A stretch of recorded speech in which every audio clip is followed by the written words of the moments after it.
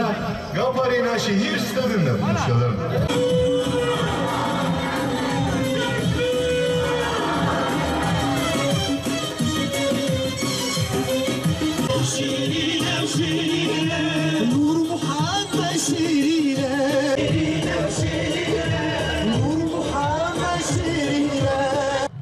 Kuşkusuz bizler Muhammed Aleyhisselatü Vesselam'ı seviyoruz. Kalplerimizin içerisinde. Ama ne hazindir ki toplumumuz ve komşularımız ve topyekün bir İslam coğrafyası huzursuzluk içerisinde. O zaman burada bir terslik var. Allah peygamberi severseniz huzur bulursunuz diyor. Bizim ise huzurumuz kaç zamandan beridir yok olmuş, kaybolmuş. Huzura hasret kalmışız. Emniyet kalmamış. İnsanlar birbirlerine güvenemiyor. Devlet vatandaşlarına suçlu gözüyle bakıyor.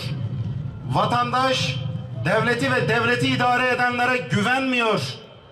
Tüccar, müşteri, esnaf birbirlerine güvenmiyor. Amir memuruna, memur ise amirine güvenmiyor. İşveren işçisine güvenmiyor. İşçi ise işverenine güvenmiyor. Eskiden evimizin anahtarlarını birbirimize teslim ettiğimiz komşularımıza birbirimize güvenmeyen bir toplum haline geldik. Maalesef ailenin içerisinde baba evlatlarına, evlatlar ise babalarına artık güvenmemeye başlamışlar. Peki hem peygamberi seviyoruz hem de bu düzensizlik ve huzursuzluğun kaynağı nedir? Adalete bakıyoruz. Maalesef zulüm dolu kararların uygulandığını görüyoruz.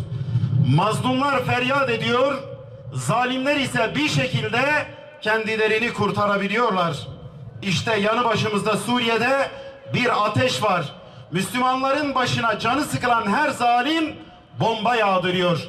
Bazen Amerika'sı, bazen Rusya'sı, bazen Suriye'deki zalimin bizatihi kendisi. Peki bu yanlışlık nereden kaynaklanıyor? Onun sebepleri üzerinde biraz duralım değerli kardeşlerim. Muhammed Aleyhisselatü Vesselam'ın düzenine hakim olduğu bir toplum düzeninde bu emniyetsizlik ve güvensizlik olmaz. Bakınız şehirlerimizin her tarafında kameralar olmasına rağmen, mobese kameraları olmasına rağmen suç oranları her gün yükseliyor. Her gün bu toplum felakete doğru gidiyor. Çünkü yeni yetişen nesil, bu gençlik bizim çocuklarımız olmaktan çıkıyor. Kimin çocukları oluyor biliyor musunuz? Biz Muhammed Aleyhisselatü Vesselam'ı ve onun getirdiği düzeni çocuklarımıza içirmediğimiz için ilkokullarda, ortaokulda, lisede, üniversitelerde, kampüslerde, askeri kışlalarda evlatlarımıza içirmediği için ne oluyor bakın. 12.000 kilometre öte taraftan yeryüzünün şeytanları bir tıkla çocuklarımızın nasıl giyineceklerine karar veriyor. Bir tıkla çocuklarımızın nasıl besleneceklerine karar veriyor. Ve bir tıkla çocuklarımızın nasıl düşüneceklerine karar veriyor. Görüyorum, her tarafta dolaşıyorum. Urfa'da bu şekilde şeytanların tuzağına kapılmış gençlerle Ankara'daki gençler arasında bir fark yok. Hakkari'de bu tuzağa düşmüş gençlerle İstanbul'da, Edirne'de, Yozgat'ta, Çorum'da, Konya'da birbirlerinden bir farkı kalmamış. O zaman sıkıntı buradan kaynaklanıyor. Bizim Muhammed Aleyhisselatü Vesselam'ı kalbimizden çıkararak onun sevgisini ve düzenini devlete, adalete, emniyete, ticarete ve hayata hakim kılmamız gerekiyor. Tekbir! Tekbir! Tekbir! Peygamberi sevmekle sadece bu sorunlar hallolmuyor. Demek ki en büyük eksiklik budur.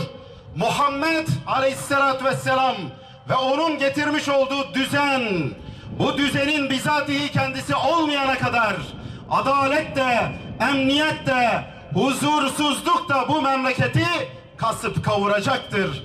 Şu hale bakın, şu hale bakın.